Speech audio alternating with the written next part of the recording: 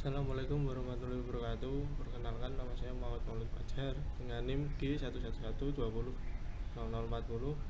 Di sini saya akan menerangkan materi tentang arsitektur perusahaan.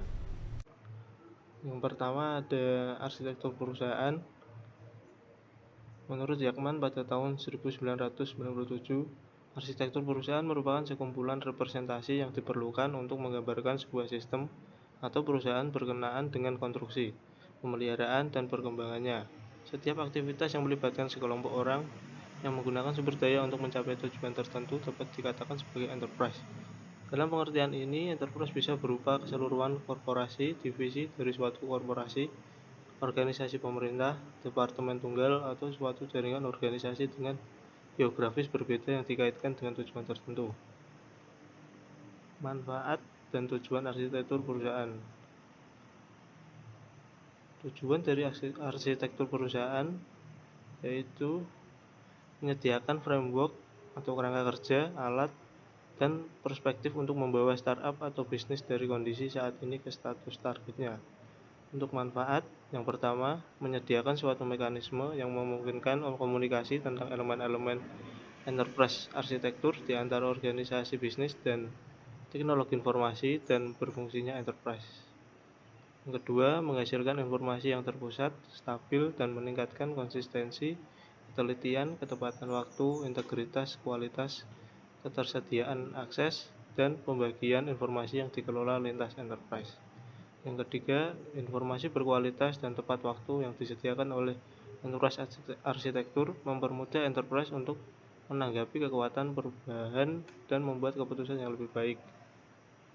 Yang keempat, memungkinkan organisasi untuk mengurangi duplikasi dalam informasi. Yang kelima, menghubungkan teknologi informasi kepada misi organisasi. Yang keenam, meningkatkan interoperabilitas dan mempercepat integrasi sistem lama, migrasi, dan sistem baru. Selanjutnya, komponen arsitektur perusahaan. Di sini terdapat 4 arsitektur perusahaan. Yang pertama, arsitektur bisnis, mendefinisikan strategi bisnis dan menggambarkan struktur serta proses bisnis organisasi. Yang kedua, arsitektur informasi, menggambarkan sasaran bisnis dan pertukaran data di antara para peserta dan aplikasi. Yang ketiga, arsitektur aplikasi, menggambarkan layanan dan sistem aplikasi yang mendukung proses bisnis. Yang keempat, arsitektur teknologi, digunakan untuk menggambarkan landscape, fisik, perangkat keras, dan jaringan yang mendukung sistem aplikasi. Kemudian karakteristik arsitektur perusahaan yaitu mendukung perusahaan dalam menyampaikan informasi, memberikan pelayanan yang lebih efektif dan tepat waktu, mendukung peningkatan fungsi dan bisnis perusahaan, menghasilkan jalur panduan untuk investasi di masa depan, membantu menyelesaikan kesenjangan antara fungsi bisnis dan teknologi informasi. Selanjutnya, siklus hidup pada proses arsitektur perusahaan. Yang pertama, penyusunan gagasan, yang kedua, desain, yang ketiga, penggunaan, yang keempat, manajemen, yang kelima, pemeliharaan. Di samping adalah contoh gambar dari siklus hidup proses arsitektur perusahaan. Selanjutnya, faktor penggerak arsitektur perusahaan ada 2, yaitu penggerak internal dan penggerak eksternal. Penggerak internal yaitu efektivitas digerakkan oleh adanya hubungan antara komponen perusahaan, bukan spesifikasi detail dari setiap komponen. Sedangkan penggerak eksternal faktor di luar perusahaan yang memaksa enterprise harus mengadopsi praktik-praktik arsitektur enterprise. Materi kedua yaitu framework Jackman. Framework Jackman salah satu framework untuk mengembangkan enterprise arsitektur adalah framework yang diperkenalkan oleh Jackman atau disebut dengan framework Jackman. Framework Jackman merupakan suatu alat bantu yang dikembangkan untuk memotret arsitektur organisasi dari berbagai sudut pandang dan aspek, sehingga didapatkan gambaran organisasi secara utuh. Jackman Framework dikeluarkan oleh Jackman Institute for Framework Advancement sebagai hasil pemikiran dari John Jackman. Jackman mengidentifikasi sebuah framework dengan 6 tingkatan arsitektur, yang dimulai dengan tingkat konseptual hingga detail rancangan dan konstruksi sebuah sistem.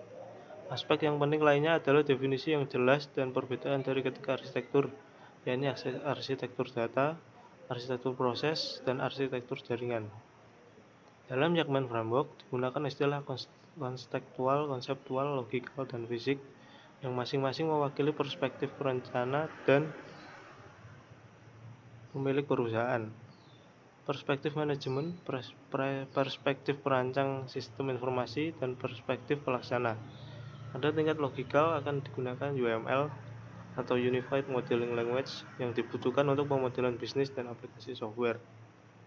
Karakteristik Jackman Framework: yang pertama, menggambarkan proses enterprise arsitektur. Yang kedua, kegunaan enterprise arsitektur yang terbatas. Yang ketiga, banyak diadopsi di seluruh dunia. Yang keempat, perspektif view yang kurang menyeluruh. Yang kelima, merupakan tool untuk perencanaan. Alasan memilih Jackman Framework: ada 5 alasan kenapa harus memilih Jackman Framework. Yang pertama, pada perusahaan telah membangun aplikasi-aplikasi untuk kebutuhan sektoral yang mendesak. Yang kedua, mudah untuk dipahami, tidak bersifat teknis tapi benar-benar logik. Yang ketiga, memusatkan perhatian pada perusahaan secara keseluruhan. Yang keempat, Jackman Framework menuntun pengguna untuk berpikir menentukan pilihan yang terbaik di mana dapat menempatkan persoalan itu pada konteks perusahaan. Yang kelima, Jackman Framework dapat digunakan dalam konteks perusahaan kecil, menengah maupun besar. Yang ketiga, ada framework TOGAF. Framework TOGAF adalah singkatan dari The Open Group Architecture Framework. TOGAF adalah suatu framework atau suatu metode yang rinci dan suatu kumpulan tools pendukung untuk mengembangkan enterprise architecture. Dikembangkan oleh Open Group pada tahun 1995. Framework arsitektur ini berdasarkan pada Technical Architecture Framework for Information Management yang dikembangkan oleh Departemen Pertahanan Amerika Serikat. Menurut TOGAF, arsitektur memiliki dua pengertian tergantung pada pemakaian kontekstualnya. 1. Deskripsi formal suatu sistem atau suatu rencana detail dari sistem pada level komponen untuk memandu implementasinya. Yang kedua, struktur komponen-komponen, saling keterhubungannya, prinsip-prinsip, dan panduan-panduan yang mengatur desain dan evolusinya dari waktu ke waktu. Selanjutnya ada layer dari TOGAF Framework. Yang pertama, bisnis arsitektur, menjelaskan proses bisnis, organisasi, dan sumber daya manusia untuk memenuhi visi dan misi. Yang kedua, ada data arsitektur, menjelaskan bagaimana data perusahaan dihasilkan, diatur, dan diakses. Yang ketiga, application arsitektur, memproses bagaimana aplikasi dirancang dan berinteraksi satu dengan yang lainnya. Yang keempat, technical arsitektur, menjelaskan infrastruktur hardware dan software yang mendukung aplikasi untuk berjalan dan berkomunikasi. Yang keempat, ada framework SAM, Strategic Alignment Model atau SAM adalah keselarasan strategis antara bisnis dan teknologi informasi. Sebuah proses untuk mencapai keunggulan kompetitif melalui pengembangan dan mempertahankan hubungan timbal balik antara bisnis dengan teknologi informasi. Model SAM memiliki 4 kerangka kerja. Pertama, ada strategi bisnis, yang kedua ada strategi ICT, yang ketiga strategi operasional, dan 4 proses dari Henderson and Van Castraman pada tahun 1993. Gambar di kiri adalah contoh keterhubungan dari 4 kerangka dari model framework SAM. Oke, unsur-unsur dalam framework SAM. Yang pertama, strategi bisnis. Ada beberapa dari strategi bisnis, yaitu ruang lingkup bisnis, mencakup pasar, produk, jasa pelanggan, lokasi, dan kompetitor bisnis. Ada tata kelola bisnis, bagaimana bisnis mengelola hubungan dengan stakeholder. 4. Kompetisi pembeda, faktor utama penentu kesuksesan dari organisasi yang membentuk keunggulan kompetitif. Yang kedua, unsur strategi IT, lingkungan teknologi, seluruh esensi dari informasi dan aplikasi serta teknologi yang dipakai untuk menjalankan proses bisnis. Selanjutnya ada kompetensi sistematis, seluruh kemampuan yang dapat menghasilkan layanan teknologi informasi yang melibatkan besarnya peran bisnis dalam kaitannya dengan strategi bisnis yang dibangun. Selanjutnya, tata kelola terhadap komponen TI, mencakup tentang membangun otoritas, sumber daya, dan tanggung jawab terhadap penyediaan layanan teknologi informasi. Materi kelima, the enterprise system, Pertama, tipe enterprise system ada 3, yaitu ERP, Enterprise Resource Planning, kedua CRM, Customer Relationship Management, yang ketiga ada SCM, Supply Chain Management. Yang pertama ya, untuk Enterprise Resource Management, definisinya yaitu adalah sistem informasi yang diperuntukkan bagi perusahaan manufaktur maupun jasa yang berfungsi untuk mengintegrasikan dan mengotomasikan proses bisnis yang berhubungan dengan aspek operasi, produksi maupun distribusi pada perusahaan yang bersangkutan. ERP sering disebut sebagai back office system yang mengindikasikan bahwa pelanggan dan publik secara umum tidak dilibatkan dalam sistem ini. Istilah ERP diciptakan pada tahun 1990 oleh Gartner Group. Meskipun demikian, secara konsep sudah diterapkan pada manajemen inventaris dan kontrol di sektor manufaktur sejak tahun 1960-an. Pada tahun 1970-an, program ini berevolusi menjadi Material Requirement Planning untuk menjadwalkan proses produksi. Kemudian pada 1990-an, MRP dikembangkan untuk mencakup lebih banyak proses manufaktur. Sehingga pada tahun 2000-an mengubah namanya menjadi ERP2 atau Material Resource Planning yang berbasis cloud. ERP SaaS atau Software as a Service menjadi sistem ERP yang berkembang dengan sangat pesat karena biaya lebih murah dan mendukung mobilitas yang sangat tinggi. Jenis-jenis ERP, untuk beberapa jenis dari ERP. Yang pertama, on-premise ERP. Ini disebut juga dengan ERP konvensional. Sistem ERP ini dipasang secara lokal di perangkat keras dan server komputer yang dikelola oleh staf TI. Jadi, perusahaan mengelola sistem ERP ini secara in-house. Oleh karena itu, sistem ERP ini membutuhkan biaya yang besar untuk implementasinya. Yang kedua, ada Cloud ERP. Sistem ERP berbasis cloud atau juga disebut SaaS merupakan jenis ERP yang memungkinkan perusahaan untuk mengelola data secara terpusat melalui koneksi internet. Vendor ERP bertanggung jawab terhadap kelancaran sistem ini dan mengawasinya melalui back-end server. Karena berbasis cloud, sistem ini relatif murah bagi konsumen, pengembangannya cepat karena menggunakan standar yang diakui internasional dan mendukung mobilitas tinggi. Ketiga, hybrid ERP. Hybrid ERP merupakan kombinasi dari on-premise ERP dan cloud ERP dan solusi ERP. Sistem ERP ini berfungsi sebagai solusi logis bagi banyak perusahaan yang ingin meningkatkan sistem ERP konvensional mereka saat ini tanpa harus mengubahnya untuk mendukung mobilitas tinggi. Modul dalam ERP, modul operasional, General Logistics, Sales dan Distribution, Material Management, Quality Management, Plan Maintenance, Product Planning dan Controlling, mendukung keputusan dan lain-lain. Ada modul finansial, General Accounting, Financial Accounting, Investment Management, Treasury, Enterprise Controlling, dan lain-lain. Selanjutnya ada modul sumber daya manusia, Personnel Management, Personal Time Management, Payroll, Training and Event Management.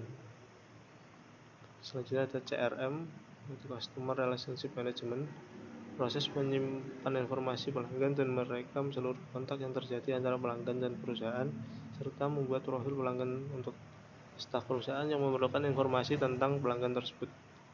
CRM adalah integrasi dan strategi yang digunakan oleh perusahaan untuk menangani interaksi dengan pelanggan.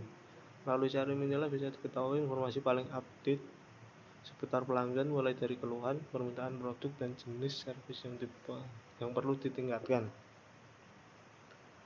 Fungsi CRM pertama mengidentifikasi berbagai faktor penting bagi pelanggan, memiliki falsafah customer oriented, dapat melayani dan menangani keluhan pelanggan, membuat dasar pengukuran berdasarkan sudut pandang pelanggan, memberikan dukungan pelanggan yang sempurna, mencatat dan mengikuti semua aspek dalam penjualan, menyediakan informasi holistik mengenai informasi layanan dan penjualan dari pelanggan.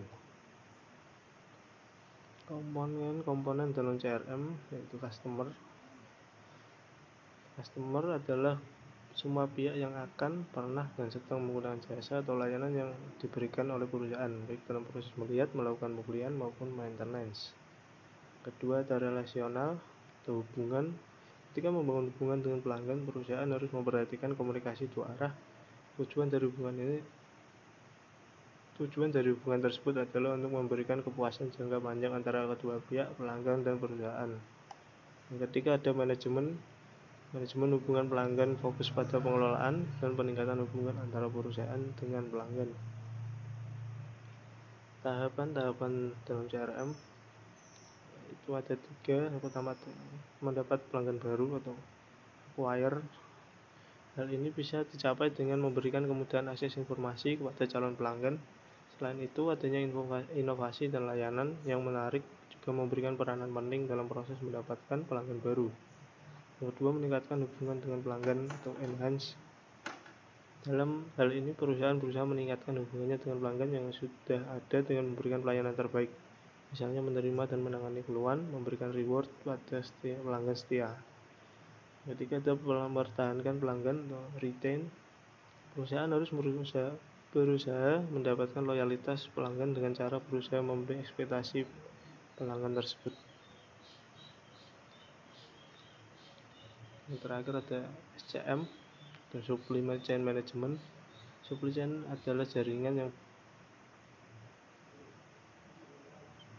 chain adalah jaringan perusahaan-perusahaan yang secara bersama-sama bekerja untuk menciptakan dan mengantarkan suatu produk ke tangan pemakai akhir. Perusahaan-perusahaan tersebut termasuk supplier, pabrik, distributor, toko, atau retail, serta perusahaan pendukung seperti jasa logistik. Untuk menyediakan produk yang murah, berkualitas, dan cepat tidak cukup hanya dengan melakukan perbaikan di lingkungan internal perusahaan saja, tapi dibutuhkan peran serta supplier, perusahaan transportasi, dan jaringan distributor. Untuk definisi supply chain management sendiri adalah sebuah sistem pendekatan total untuk mengantarkan produk ke konsumen akhir dengan menggunakan teknologi informasi dalam mengkoordinasikan semua elemen supply chain dari mulai pemasok ke pengecer. Penjelasan dari James A. dan Mona G. Fitzsimmons. Komponen SCM yang pertama ada upstream supply chain yang mengelola hubungan antara perusahaan dengan vendor atau pihak lain dalam hal transfer barang. Sebenarnya barang-barang yang diproduksi oleh perusahaan tidak langsung sampai ke tangan konsumen, tapi disalurkan ke perusahaan penyalur lainnya sampai ke tangan konsumen.